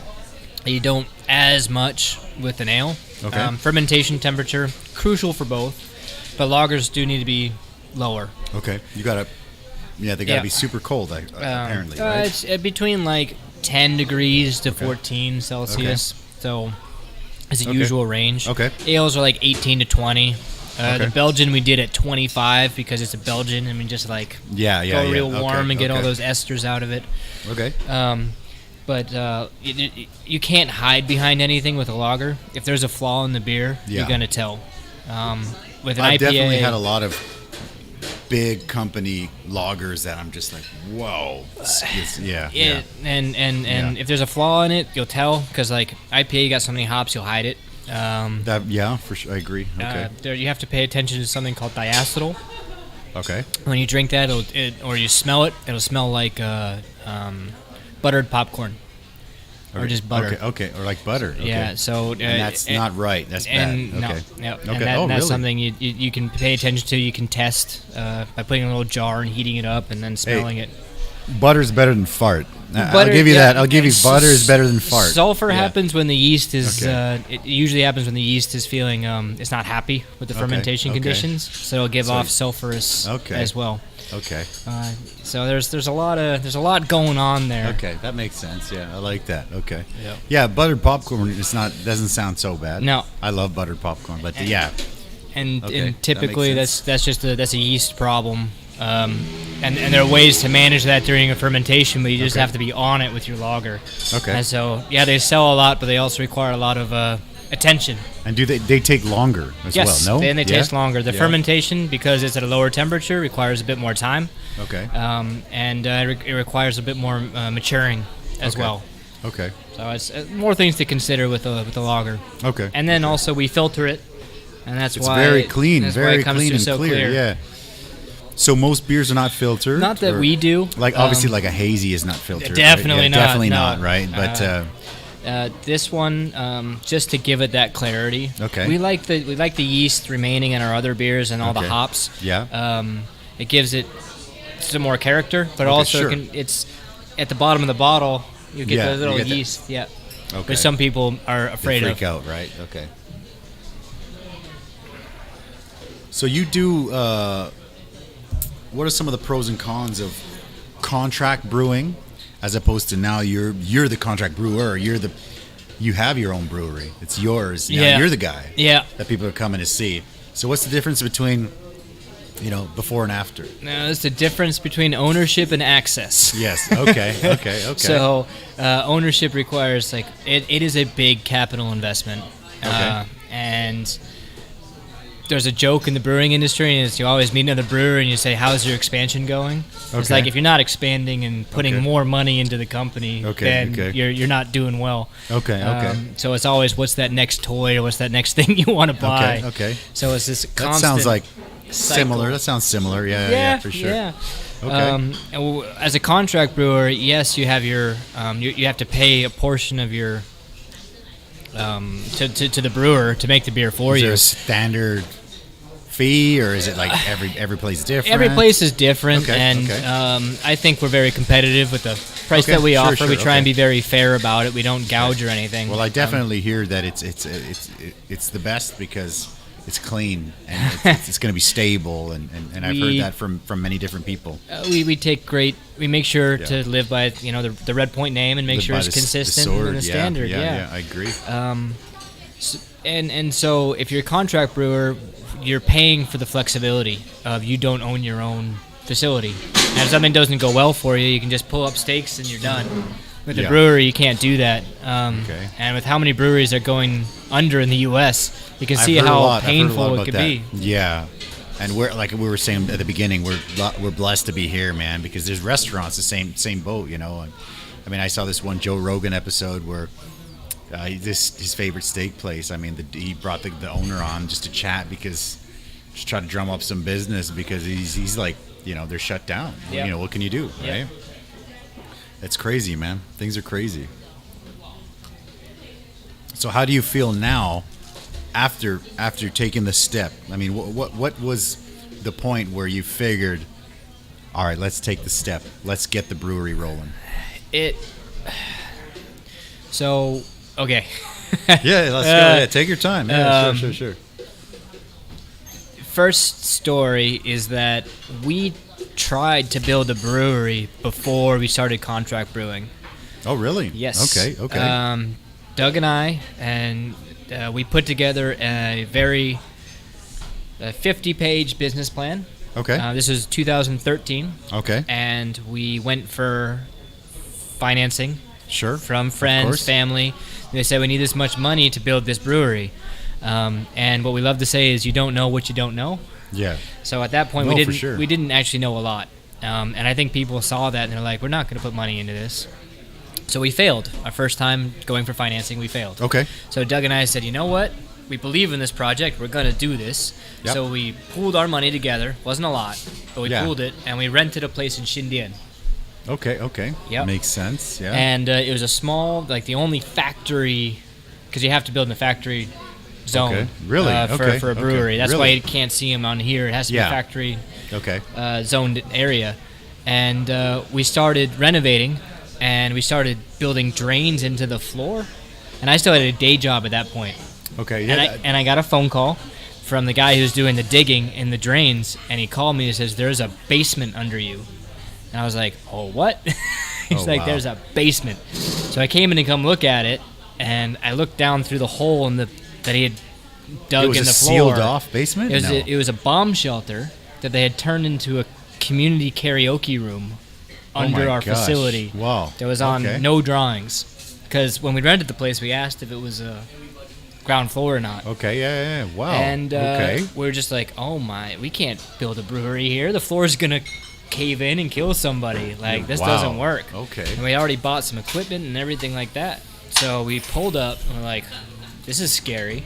That's when we decided to go contract brewing for the first year. Okay. To prove to people that we could do this right. I think that's smart. I think that's the right way to do it. And so that equipment was just it was wasted? it was small. No, It was we small still? Okay, you to still this have it? day You we still- use it for like little love experiments. you got to do that. You got to keep everything, man. I love that. That's And perfect. it was one of those, like, we dodged the bullet because the initial financing that we had wanted, and that brewery space in Xindian would have been way too small. Oh, really? Yeah, Okay, we're okay. doing so much beer compared now because we had no idea we'd be making as much as we do now. How big? For Okay. beer volume, we would have to go for another round of financing anyway. Okay. So that's that was our move from trying to build a brewery, contract brewing, and then we redid a business plan, and then we secured funding within a month for our current brewery. I think in that situation, just talking to like men and being like, "You want to chip in, And build our own brewery?" and they'd be like, "Yeah, sweet, Yeah. I would imagine, anyways, It- because every man who they're like, I'd love to own a brewery. until you do. Until you do. Yeah, well, that's everything, right? Yeah, That's everything. And then his grass is greener. Of course. I mean, of yeah. course, I'm happy. I'm doing what I love. Like, Yeah, I sure, really sure. enjoy making beer. Yeah. But there are a lot of stresses that come with a factory. Sure. Of course, pumps of course, breaking and all that. Yeah. You want to come by and say hi, man? Come and show that shirt. Come and show that shirt. Look at that shirt. There you go. Hey, Dave Silver. it. What's up, brother? That's a beautiful shirt, man. Thanks. Yeah, my pleasure, man. This is the Let me see if I can get. classic, That's classic better. the disco. That's the disco shirt. Speaking of the bright colored labels, right? Because your labels were too dark, yeah? Neon yellow. That's the neon yellow. That's How are you handling beautiful. the wings there? No problem so boy. far. Oh, really? That Okay, wasabi one hurt already. That wasabi hurt? The Okay. wasabi one is brilliant. That's pretty good, Genius. right? Yeah, that It's one's, yeah, I mean, I can see why people love it. it's going well, that one, for sure. I mean, I made it, and people were just like, wow. And I'm like, that's green, this is green, let's try. And it's cool. That was It's a cool basically it, concept. yeah. we just ordered the Orange Carolina. Did you get them? Oh, my God. That's this I one, know. right? We're almost there. We're almost there. It's a special treat, so. Yeah, have you tried them or not yeah, yet? we're Oh, good, on man. the table. Go enjoy that, man, please. Cheers, Yeah, it's guys. beautiful, Good luck. bro. Good to see you, man. Thanks, Yeah. man. Nice to see you, man. Thanks for coming out. Thanks for- Appreciate it, bro. That's all right. That's okay. That's fine. No, it's all good. No worries. That one's fine. All good. All right, well, let's get this one. All right. Okay. Let's get this. So Where- this one where is are we similar at? to the cayenne, but it's made with the bird's eye, the little Thai chilies. Okay. So go for it, man. You're the chili master. I yeah, don't there know. you any go. of Whatever this. you want. You want drum? Yeah, I'll go for it, drum. dude. Yeah, bro. Enjoy. Thanks for this too. I love this little coaster. Oh. It's so cool. That is genius as well, because we go through so many coasters and we're like, we need to make a coaster that just doesn't go away, because Sticks that's around. pretty awesome. Yeah. And luckily, we're in Taiwan, and Not only that often. I mean, Not I'm sure. that often do they get stolen. Yeah, it happens. Yeah, it happens, right? I had to put up some posters on the first day, just like, please don't steal them. They're like 50 NT at the tap room. Okay. You sell them then as well. 50 Nice. Yeah, NT. It's like Yeah. they make great souvenirs. Yeah. No, I might buy some and use them here. I like that idea, man. Yeah. Yeah. Yeah. Well, Because we've made some, and we actually have these big like E ones, and they're really cool, but they all got stolen. There's maybe 10 left out of 200 or something. Yeah, they're all stolen. I'm like, should we redo them, or I don't know. We'll see. I don't know. But that's a cool one, man. Speaking of tap room, congrats. It's about 2 2 years. 2 years old. A Yeah. little bit more than 2 now.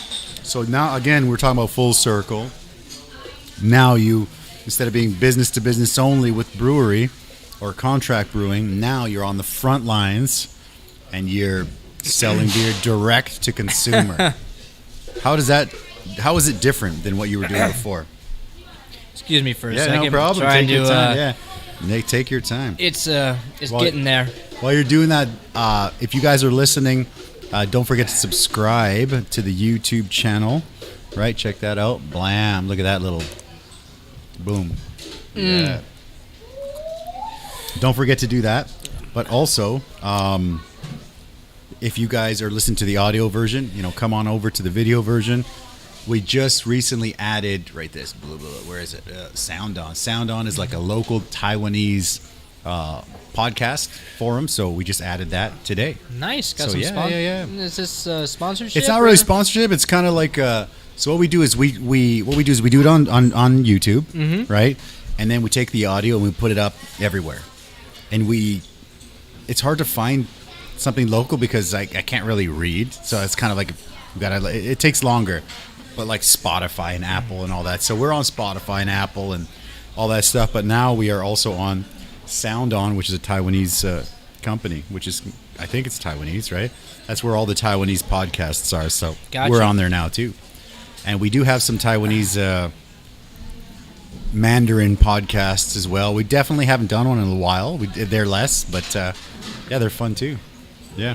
How you doing? How was the Thai? The Thai was tough. The Thai was tough. Yeah. That one, guys. I told them I'm not huge not into the spice spice guy. Yeah. Yeah. I know. I appreciate you coming, man. Sure. Thank you. Thank you so much. I'm going to be slow here in my responses. No, take your time, brother. Yeah, take your time.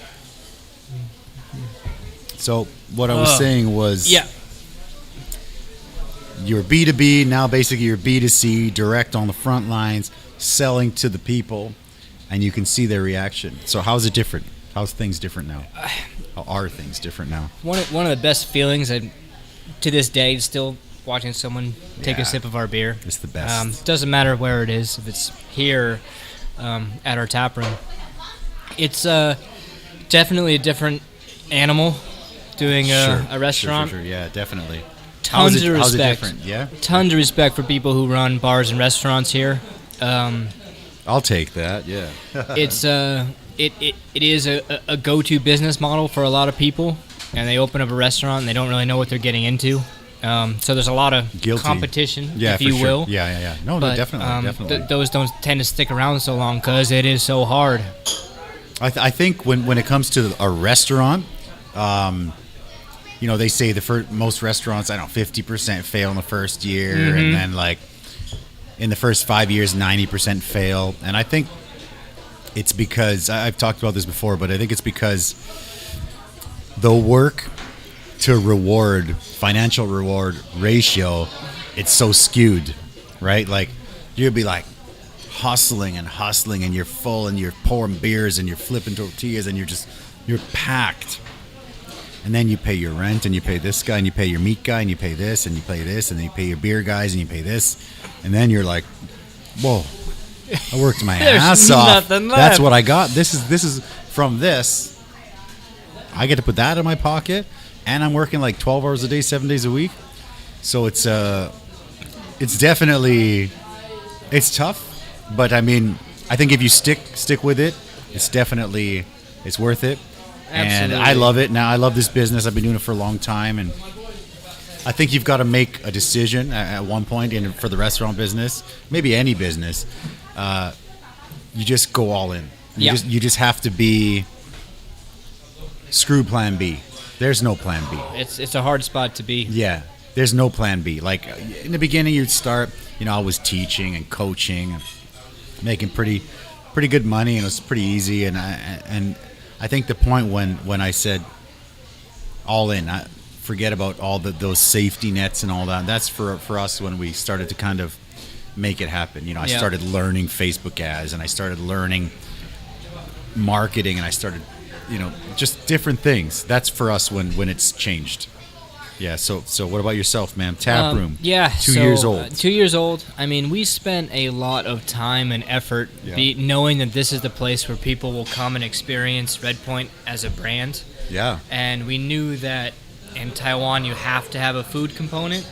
Definitely. To the beer. I agree 100%. It's not like you can just open up a bar and immediately people will come. Unless you're Raul Crafted, but those guys. Raul is magic a legend. touch. Yeah, magic touch. Yeah. So we knew that there had to be a food component. There has to be, yeah. And so we but most places the food component is not that good. But I've heard your food is awesome. So what brought that? Time, How did that energy, happen? Okay. investment. Okay. Luckily, my partner has experience in a lot of F&B. Okay. And but we did hire a consultant to come help with Okay. our menu, and Okay. he's done everything from Michelin to McDonald's. He had that whole repertoire. He's an American I like guy. that Michelin to McDonald's. That sounds. And I'm so gonna he steal that. Yeah, he I like he knew what we were going for, so he helped us. We did and we really put in the initial investment to be like, we want to make this special. Okay. And then we found chefs that understood what the vision was. Okay. And we were very so there's a lot of prep work that went into it. About 6 months of Sure. just setting up the place itself. Yeah. But also the food tasting. We got people together. We did grading, all of that. So we really tried to, when we opened, we tried to do it right. I also wanted to say thanks. I mean, you didn't have to. When you opened, you called me, and usually we just message each other. Right? But you actually called me. So this guy calls me up, and I'm like, he's actually calling me. I'm like, we didn't pay our bill. What's going on? We didn't pay. What happened? news. So I pick it up. I'm like, what's up, man? And he's like, hey, how's things? Good. So I want to tell you something. We're going to be opening our own, tap room and food and concept and stuff. And it was like really like kind of like just like really mellow. And I'm like, that's fucking great. Yeah. Congratulations. That's Well, awesome. Why are you directly calling me and telling me? I mean, I'm in. That's beautiful. I'm sorry I haven't been there yet, but that's amazing. That's great. Fucking congratulations. Well, we just wanted, we got mixed reactions in the beginning. Really? Okay. And what we really tried to say and try and come across is like, we don't want to affect anyone else's business with this. Okay. We're creating something that's hopefully different enough that people will come. It's not, it's not a sports bar. It's not supposed to be like Mexican for like Sure, what you're sure, doing. yeah, We do have the sure. Mexican night, but yeah, Mondays, Noche Mexicana. Yeah. That's right. Yeah, that's right. Yeah. I asked Jack to make sure that the Yeah. the Spanish was right. correct. Yeah, that's the guy. I really didn't want want to get that wrong. Yeah, for sure. No, it's good. Noche Mexicana. It was important to us that people knew what we were doing. It wasn't a surprise. And, yeah. So you had some mixed reactions. Yeah. Okay. Yeah, but it's all at this point. Now it doesn't matter. Now it's all good. Yeah, for sure. No, I agree. There's always going to be people that are feeling like, maybe not intimidated, but they're feeling like, hey, this guy's going to be cutting into my market. But yeah, I mean, you get that sometimes. Unless you're like Mexican next door. Maybe. I mean, even if someone did that, even then, this is what it people is. know this is the spot for Mexican. I'm not that worried about it, right? I mean, there was actually a place down the street.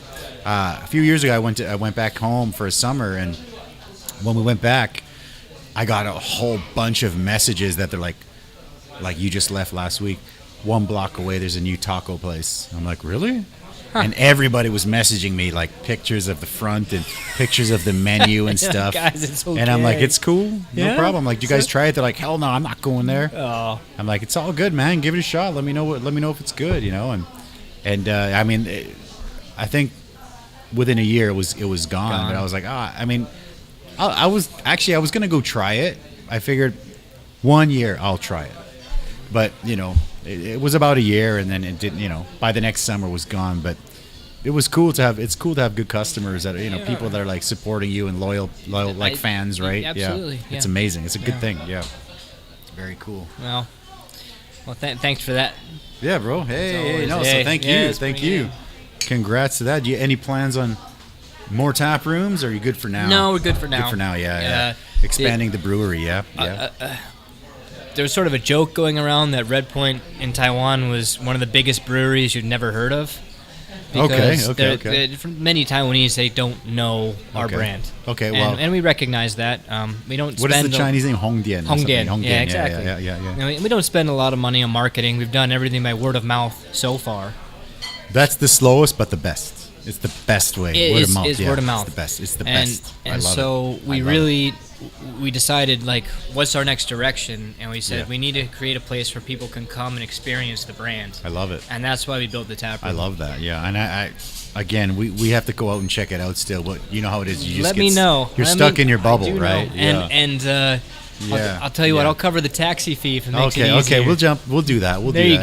go. Yeah, we'll come out. You don't have to cover No, anything. no, it makes it easier. We'll come out and we'll Just come hop out. in the and- taxi, and- come on down. Yeah, we'll do it. I need to take my wife out and we haven't been out guys of are working we hard. rarely ever get out of Tianmu, and then sometimes you're just like you're chilling and you're like, okay, let's go out, and you have people that are like, did you try the new taco place? I'm like, I don't want tacos. I just want to chill, man. You know, I don't want to be like, good. I heard there's some good ones popping up. Awesome, very cool. But I need some wings and some beer. The problem is I have that here, but I heard the brunch is pretty awesome. At your place. Brunch Yeah, is killing it. Yeah? really good. Yeah, brunch is really good. So you guys just started doing brunches on That was the about weekend? 3 months ago. Okay. Saturdays, Sundays, from 10:30. Okay.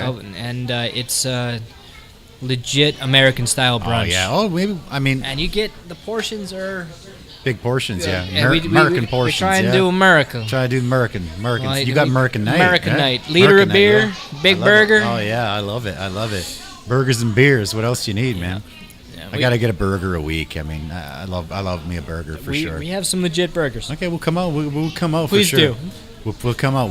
You guys are open 7 days a week, yeah? 7 days a week. Beautiful. I know that feeling, and that's tough, but yeah, we'll do it for sure. All right. How are you feeling wing wise, man? Dude, I don't know if I You can tapping? go. You tap? You gonna good? You chilling? I can have a little nibble maybe. Yeah, let's just nibble. Let's nibble. Yeah. I could nibble That was and you'll this is watch the one. me This is cry. the one that Dave was talking about. We'll just nibble on this one, and we're good. and then we'll And then we'll and you call can it. have the Reaper. We can do. This is Reaper. This is the Reaper, Oh, and this is gosh. like Scorpion. That's like. Remember that guy from Mortal Mortal Kombat? Kombat? Yeah, Scorpion. I'll Get over here. I'll take Sub-Zero over Sub-Zero. Scorpion. For sure. We're gonna need some Sub-Zero after that Scorpion for sure, bro. You want to have a little bite? Or you Yeah, chill? let's, Okay. All right. let's So do it. wing, no, drum. you choose. You choose. I'll and take I'll- this. I'll take Alright. this. Yeah. Oh All right. man, this is gonna be for the cry section, right? There you go. All right. Cheers. Salute. I'm gonna toast you on that, and I'm gonna get a little zoomer on there. So this I is won't what you do. that right huh? away, yeah. It's there. just in I am case, gonna do the nibble. I'll nibble with you. That's all I'm doing. We'll see how it goes from There there. you go. It's funny because Dave was just here, and his boy eats these, man. I mean, my girl eats spicy, but she don't eat these. These are just Next to get there. level. Yeah. I did it to myself. So There you go. There you go. all right. So far, so good. So far, so good. The thing about fresh hot sauces is they kind of go. It's probably like a beer, right? It's kind of like. Got levels. Yeah, it just kind of goes up and down. Sometimes it's just, it's ridiculous, and then sometimes it's like, hey, this today feels normal. All right. Well, Pretty normal, yeah. it was which is okay. it was a tiny nibble. Tiny so, nib, okay, So okay, so okay. far, That's it's all all good. right. So, the 5-year plan for Redpoint Brewing Company. What you got? We have always wanted to be a regional brewery. And Okay. so a regional brewery is one that distributes and is known as a brand across Asia. That's really what we want. Okay. So I know you've done some exporting to Thailand. we did Thailand export. It was the government changed some regulations on us, but we did help build a couple well-known brands Okay. in Thailand, which is pretty cool. Pretty cool to be a part of that. It's really unfortunate Sure where the is. market in Thailand is now. Oh, really? I don't know anything about it. Yeah. It's a mess. Not good? Okay. Singapore. Yeah, you can't sell alcohol right now. I think. Oh, shoot. Thanks, man. We'll take a... Okay. Aaron had one wing. This is a wing of this? No, you're, Oh, the Carolina, yeah. Wow. Okay, okay. Well, that's the one that we're on right now. I just had. Yeah. I just had like a little. We both had one each. And it's, Okay, it's pretty hot, right? Yeah. yeah. Excellent. Well done. I can't do a full one. I don't think. No way. No problem. Thank you. I'm gonna try a little. It's the last one. No. I'll no. try a little bit of this. Love the horchata though. Thanks. You want to try a little bit of this? Hot one's the last dab Apollo. No. I think, from what I hear, the Apollo is a like Carolina Reaper and everything hybrid. So I'm a little scared, but I'll take a little. Sounds like swig. hops. You know, the hybrid and the mixed Yeah, breeding. that's right. Yeah, I mean, it's. I think it's similar. You know, when people were explaining the brewing process to me before, I'd be like, "Oh, that sounds like kind of like a soup almost." You know, it's almost like soup, it's right? there, yeah. It just takes a lot more time as A well. lot more time, yeah, for A lot sure. more time and patience. I remember my brother-in-law bought all this equipment to brew, and we never ever brewed, but I thought it was like magic. I'm like, what? You can make beer? That's crazy, yeah. The yeast does the hard work. The yeast is the hard Yeah, work. we make what's called the wort. The brewers make wort. The yeast makes beer. Okay. I don't even know. So the wort is the brew that you're making, and then you throw yeast in there, and that it sits and makes beer. W-O-R-T, wort. Okay, or I've heard wort. that term, but I don't actually know what it Basically, means. it's sugar water that you boil Okay. and you throw hops into. I'm gonna try this, dude. Is it hot? Ooh, it's hot. I am glad I only took a little nibble of that one. Oh, don't try that one. Yes. So we already export to Hong Kong. Okay. We export to Singapore. Okay. And next on the list is hopefully other places around. Hong Kong and really? Yeah. Currently, okay. Yep, currently. Are there many other, if any other, local Taiwan craft breweries that are exporting? Oh, I'm sure. Yeah, absolutely. Are there? Okay. Yeah. Okay, Yeah, okay. absolutely. I mean, I think a couple of them have their own bars in like Hong Kong and Japan. So Have you thought of Japan? Because Japan's a big beer place, right? yeah, it's You know, the funny thing about Japan is we went there, and it's like, maybe I didn't go to the right places, but it's like 90% lager.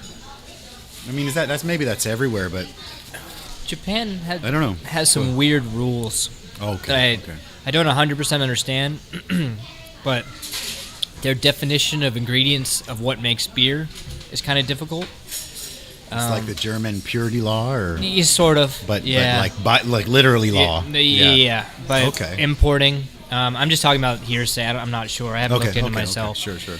Um, That sauce is rough. This Reaper's, yeah. So exporting. Yeah, export's difficult. Redpoint. Okay, I can imagine it. Exporting Every is country's difficult. different. Every and then country's different. Different currencies and different laws and import export. Yeah, that's gotta be rough, man. Yeah. Taiwan's actually pretty good as far as allowing imports for beer. Taiwan's a great place, man. I love it here. It's also one of the reasons you get people bringing in a pallet or 2 pallets of something. Okay, and yeah, then yeah, they just flood the market with it, and then it's gone. It's because it's easy to bring it in, and then you lose interest or whatever. I think that can be good, but I also think that there's been a few times where that's not good. Like there was one brand, I can't remember the name,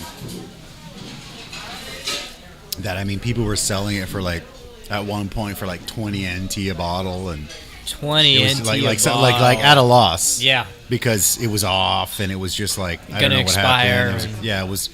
It was, and then you go into like this happened many times. I know a lot of like chefs, like Cordon Bleu guys and Michelin-y guys, and they don't know much about beer, but Right. they're foodie guys, and you go to their place, and everybody's on that craft beer thing, right?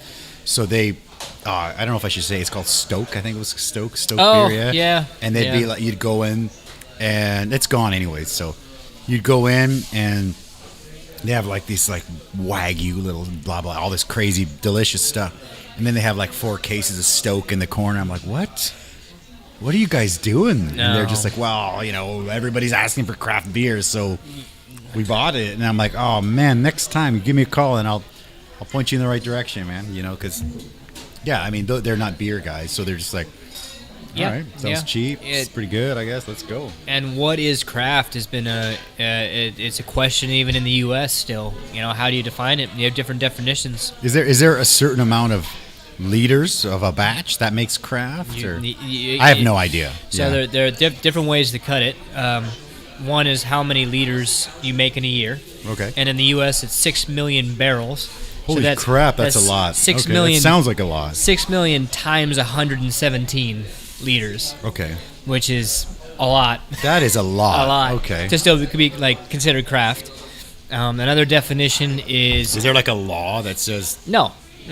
It's a for association. You're over 6. You're 6.5 million. You're no longer craft. Yep. It's just I think that's a Craft Brewers Association's like, definition. Okay. Which I think no one in Asia is even like thinking about that at this for rate. sure. Okay. Yeah. It also there's another definition about independent, meaning does okay. any of the big guys own you?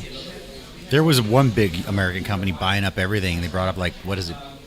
Boxing Cat or something. AB from Japan. InBev. Yeah, the big ones, they're doing that. Buying up everybody, right? Kieran, Yeah, Asahi bought some guys and Okay. around. So, yeah, that's another crafty definition if you want. Yeah, I really have no idea. It gets kind of complicated.